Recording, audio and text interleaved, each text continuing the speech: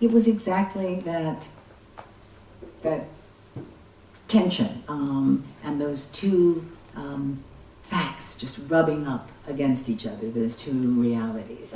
You know, my editor and I were at lunch one day. We were just talking. He wasn't my editor yet. And we just were talking about Michael Jackson. And we were the way so many people do and did, kind of obsessively talking about the songs and the videos that we love so much. And then we began to obsessively talk about the facial surgeries and the skin changes and the interesting and unsettling gender changes and the sexuality, the charges of child abuse.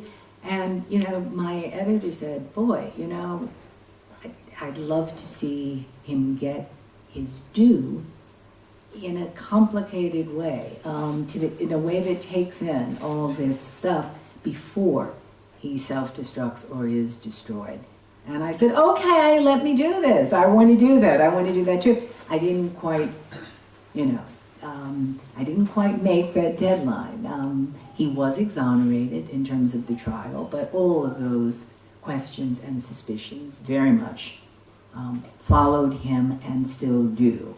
He was kind of in disgrace, you know, an official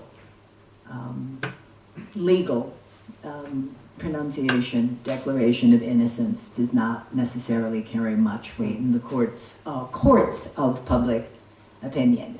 As you were saying when we were talking up there, I think it was, you said you thought it was the British press that had christened him Wacko Jacko. So he had been at best Wacko Jacko, at worst, you know, you pervert for some years now. And he really didn't.